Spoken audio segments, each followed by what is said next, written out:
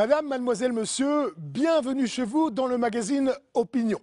Au sommaire de cette édition de Génération Humaniste, les priorités du CDH pour cette année 2013.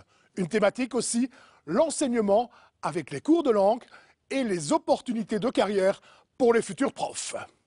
« 2013, une année de transition mais aussi d'action ». Tel est le message du président du Centre démocrate humaniste durant la tournée des vœux aux quatre coins de Wallonie et à Bruxelles. Benoît Lutgen a fixé les priorités pour les prochains mois. Imaginer la société de demain, lui apporter plus de stabilité et assurer le développement humain, c'est la réflexion initiée au CDH pour cette année 2013. J'ai demandé au centre d'études, au CEPES, de pouvoir venir effectivement avec des orientations nouvelles pour le parti, qui sont basés sur le développement humain, sur l'humanisme, pour le concrétiser au mieux aussi pour l'ensemble de la population. C'est un moment important de respiration, de réflexion quelque part au niveau du CDH, puisque nous sommes dans une année de transition électorale. En tout cas, je l'espère qu'il n'y aura pas d'élection cette année. Alors, on travaille sur le développement humain pour pouvoir, notamment au travers de propositions innovantes, en faisant preuve de créativité, imaginer la société d'après-demain, d'ici 10, 15, 20 ans, et de préparer au mieux par toute une série de propositions en matière de développement économique, d'emploi, de formation, d'éducation, d'enseignement, d'environnement certainement aussi, préparer ces propositions innovantes qui vont détonner, qui vont effectivement apporter des bonnes réponses pour les 15-20 prochaines années. C'est éviter tout simplement d'être dans le quotidien aussi et dans l'agitation médiatique et de devoir répondre au quotidien à toutes les demandes. Je crois que c'est important au niveau d'une formation politique d'avoir ce sens de la réflexion et de l'action dans le long terme et dans le développement durable et dans le développement humain tout simplement. Il est primordial d'être dans l'action par rapport à des enjeux aussi importants et d'échapper à l'agitation médiatique. Oui, je crois qu'il faut éviter de tomber dans cette agitation politico-médiatique avec finalement l'actualité qui régit la vie en société et la façon de gouverner. Ce n'est pas une bonne façon de travailler. Je crois qu'il est important de créer la confiance nécessaire auprès de l'ensemble de la population. Il y a 234 milliards d'euros d'épargne qui sont là, qui ne demandent qu'une chose, c'est de pouvoir être utilisé pour des investissements, pour l'emploi, pour la formation. La condition sine qua non, c'est de créer aussi la confiance nécessaire pour l'ensemble de la population et éviter de s'agiter dans tous les sens et de partir finalement sans qu'on ne sache vers où on va. Je crois que c'est important d'indiquer les lignes de force, ce qu'on veut, avoir un plan de relance qui tienne la route et avoir aussi cette dimension européenne qui manque actuellement cruellement. La méthode participative chère à Benoît Lutgen rythmera bien sûr cette réflexion vers des orientations nouvelles. Tous les membres du CDH seront consultés lors de visites locales ou par arrondissement. En ce début d'année, le CDH a également présenté quelques-unes de ses priorités dans le domaine socio-économique. Benoît Lutgen plaide entre autres pour une révolution fiscale rééquilibrant les prélèvements sur le travail et sur les autres revenus. Je vous propose de l'écouter. Aujourd'hui, le système fiscal, c'est vraiment un système, est très complexe. Il est illisible d'abord, il est inéquitable et il est injuste aussi le système fiscal. D'abord au niveau de l'impôt des sociétés, où finalement le système tel qu'il était pensé ne permet pas à tout le monde de pouvoir avoir quelque part accès à cette fiscalité de la même manière. Entre une petite ou une moyenne entreprise et des très petites entreprises, des indépendants et des toutes grandes entreprises, on voit très bien que certains ont la possibilité, des grandes entreprises, d'avoir accès à toute une série de niches fiscales, de possibilités finalement de réduction fiscale, ce qui n'est pas le cas pour les petites et moyennes entreprises. On doit donc revoir en profondeur, réformer ce régime fiscal en Belgique pour qu'il soit davantage porteur d'avenir, davantage porté sur le développement économique, sur l'emploi. Et aussi, une fois qu'on aura réalisé cette révolution fiscale, qu'on attend maintenant depuis 10 ou 15 ans, d'avoir une paix fiscale en Belgique et donc d'avoir dans la durée cette stabilité qui permet à chacun d'investir en toute connaissance de cause. Je le dis déjà, on doit pouvoir baisser la fiscalité pour les petites et moyennes entreprises notamment. Retour sur le scrutin d'octobre 2012. Avec cette bonne nouvelle, le Conseil d'État a validé le résultat des élections communales à Assès. Pierre Taziou devient donc le nouveau bourgmestre CDH de la localité. Par ailleurs, le scrutin local a consacré plus de 150 jeunes de moins de 35 ans élus sous la bannière CDH. D'autres, un peu plus âgés, siègent pour la première fois. Nous sommes allés à leur rencontre pour recueillir leurs premières impressions sur cette nouvelle expérience. Plus de la moitié des conseillers communaux CDH ont entre 18 et 50 ans. Pour nombre d'entre eux, c'est une nouvelle expérience et leur premier pas en tant que mandataire s'effectue avec enthousiasme. C'est génial, bien sûr, c'est plus que génial, oui. Pourquoi Parce que c'est quelque chose que j'ai toujours aimé faire depuis très longtemps. Maintenant que j'y suis, bah oui, j'en suis ravi. Je ne m'attendais pas du tout à être élue conseillère communale. Et donc voilà, maintenant j'ai des électeurs derrière moi et qui veulent quand même que je leur prouve que je suis capable de faire les choses. Et donc voilà, c'est motivant pour pouvoir avancer. J'ai envie que les gens se sentent bien et puissent s'épanouir aussi. J'aide aussi au niveau du CPS, donc là je pense qu'on peut vraiment être proche des gens aussi. J'étais déjà dans différentes associations d'aide aux personnes et notamment par des distributions de vivres ou de colis alimentaires. Et j'espère que tout ça c'est complémentaire et qu'on peut aller dans le même sens et collaborer avec toute notre équipe ici du CDH, puisqu'on a été bien représentés ici aux élections. Qu'ils siègent en majorité ou dans l'opposition, tous ont conscience qu'être élu, c'est aussi un travail d'équipe. Évidemment, on peut vite se sentir un peu esselé et se retrouver face à soi-même. Heureusement, le parti nous a directement pris en main, a organisé des formations pour nous expliquer qu'est-ce que c'était qu'un budget annuel, comment interpeller, comment faire dans nos relations avec la société civile, comment s'occuper de sa section locale en tant qu'élu, parce qu'il ne faut jamais oublier, en tout cas moi c'est vraiment mon cas, que j'ai été élu par mes voix mais aussi par les voix de toute la section, ce qui fait qu'on a permis d'avoir assez de sièges pour que je sois dans les élus. Et donc on est aussi les élus de tous les autres membres de notre section, tous les autres membres de notre liste, et donc ne pas les laisser tomber pour penser directement à la prochaine échéance et garder évidemment notre base et l'agrandir pour le futur. On reçoit les ordres du jour, on déchiffre un peu les différents points, on essaye d'apprendre à déchiffrer justement parce que c'est un langage qu'on ne connaît pas au début, puis tout doucement on arrive à comprendre, on étudie les dossiers, on se renseigne auprès de la population, auprès de gens qui sont plus expérimentés aussi dans ma section, et puis on fait son travail comme on peut et avec volonté, avec courage aussi un petit peu, parce que quand on est tout seul c'est un petit peu compliqué. Être au service de la population, c'est une des valeurs des mandataires CDH. Pour le CDH, les élus locaux doivent être performants dans leur mandat.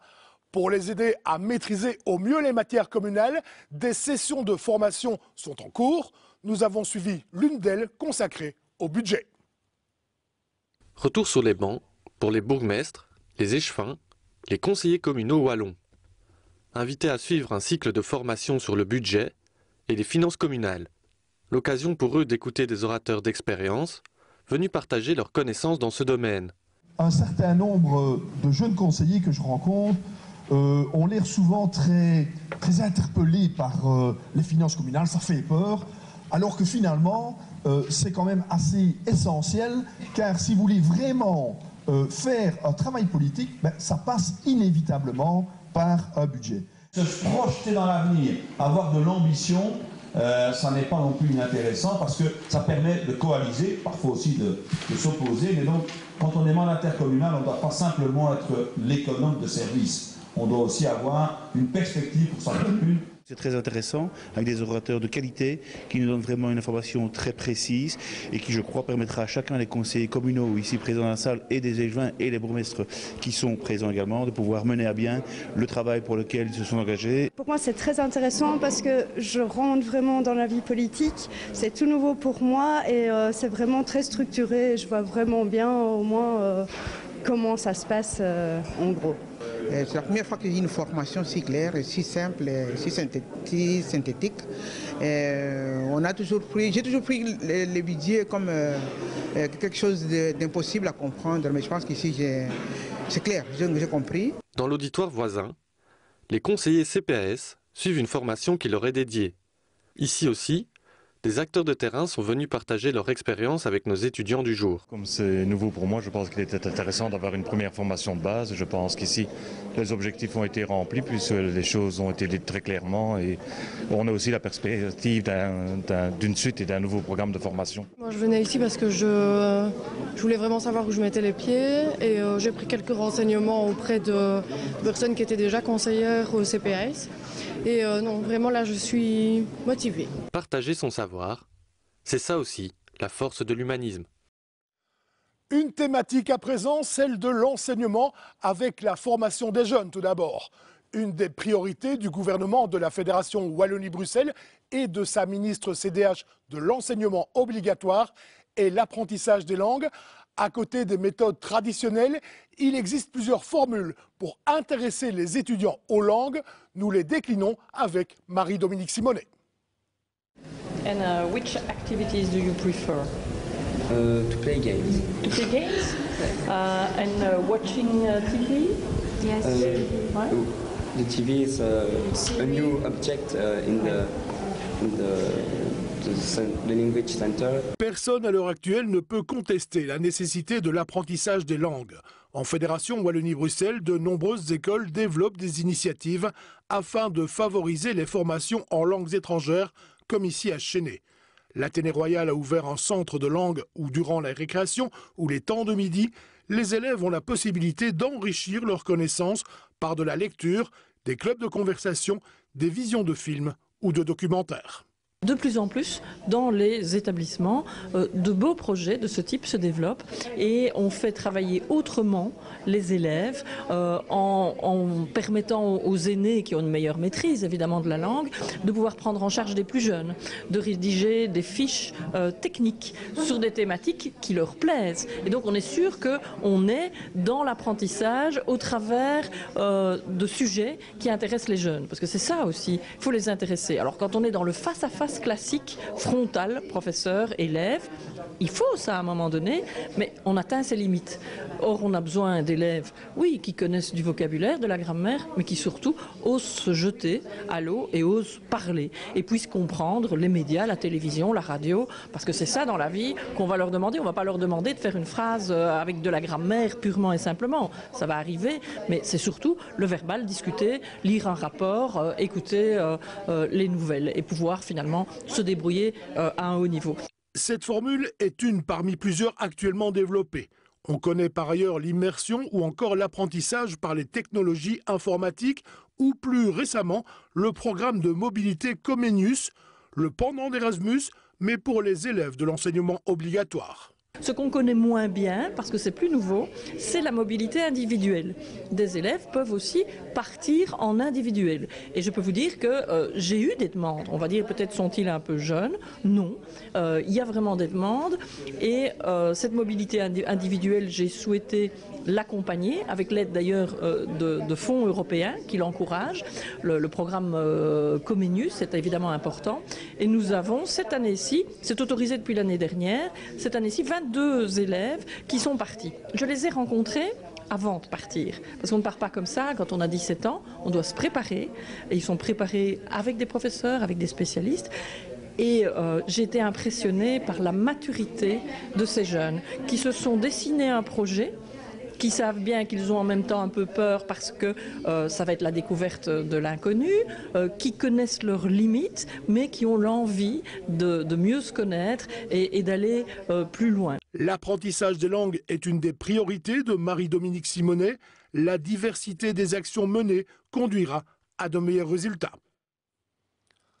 Envisager une carrière dans l'enseignement, est-ce un bon plan ?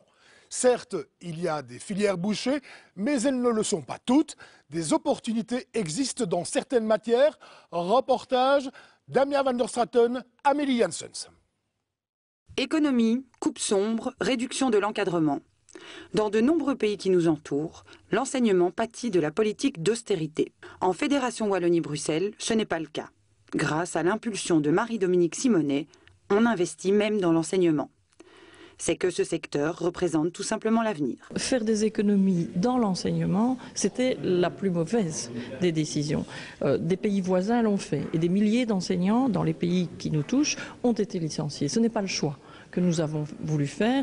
Et moi, ma priorité, c'est de défendre l'enseignement. Parce que c'est investir, évidemment, dans nos jeunes, tout le monde est dans l'enseignement obligatoire, tout le monde y passe, et d'investir dans ces jeunes, dans cette jeunesse pour demain. C'est la meilleure clé du retour à la prospérité. Donc, rien que cette année-ci, en 2013, nous venons de terminer les budgets, ce sont 250 millions d'euros en plus qui ont été ajoutés au budget de l'enseignement, dont 50 millions pour engager 1250 profs en plus. Parce que nous connaissons une augmentation de la démographie. Donc il y a plus d'élèves, donc on aura besoin de profs. Est-ce que nous voulons que chaque élève ait bien ses profs? On construit des écoles, il faudra des profs dans les écoles. Donc c'est prévu. 1250 profs. Quel secteur, c'est vrai, investit-il de cette façon aujourd'hui où ce sont plutôt des pertes d'emplois que l'on doit déplorer? Qui dit investissement dit nécessité de professeurs. Contrairement à une idée reçue, la filière enseignement n'est pas complètement saturée. Il reste de nombreuses opportunités pour embrasser une carrière d'enseignant. Il y a toute une série de métiers dans le monde de l'enseignement, dans le secteur, où nous cherchons des enseignants jeunes ou moins jeunes. Et donc il y a moyen de rejoindre l'enseignement. C'est vrai que ce n'est pas un métier facile. Tous les profs vous le diront. C'est un métier de passion. Mais je viens encore aujourd'hui de rencontrer des enseignants qui enseignent depuis plus de 20 ans et qui sont toujours aussi passionnés. Donc oui, il y a des opportunités en mathématiques, en langue, en sciences et dans certains métiers techniques, oui. Il faut se renseigner parce que par contre, dans d'autres secteurs, nous avons suffisamment de candidats enseignants. Ces renseignements sont disponibles sur enseignement.be, le portail de l'enseignement en Fédération Wallonie-Bruxelles. Certains d'entre vous découvrent peut-être la vie du CDH à travers cette émission. Profitons dès lors de cette occasion pour rappeler les valeurs fondamentales qui animent le Centre démocrate humaniste. Le monde a besoin d'humanité. Si le monde a besoin d'humanité, la politique doit trouver une réponse. Elle existe, c'est l'humanisme. Cet humanisme est une couleur, l'orange. Notre origine, les valeurs qui restent et qui évoluent. L'humanisme, c'est aussi une lettre, H. H comme humanisme. H comme humanité, notre exigence. H comme humain, notre attitude. H pour homme, notre priorité. L'humanisme en résistance contre une société égoïste et matérialiste. L'humanisme en force pour indiquer le sens de l'autre et redonner du sens à la vie. Une lettre, un H écrit à la main, fragile comme l'homme, mais fort comme ses rêves et ses convictions. Si nous sommes des humanistes, nous sommes aussi des démocrates, mais pas n'importe quel démocrate. Des démocrates qui veulent construire une société tolérante, ouverte et multiculturelle. Des démocrates qui refusent le populisme, le racisme et les simplismes et qui veulent réhabiliter l'intérêt général. Des démocrates qui considèrent surtout les citoyens comme des acteurs, pas comme des consommateurs.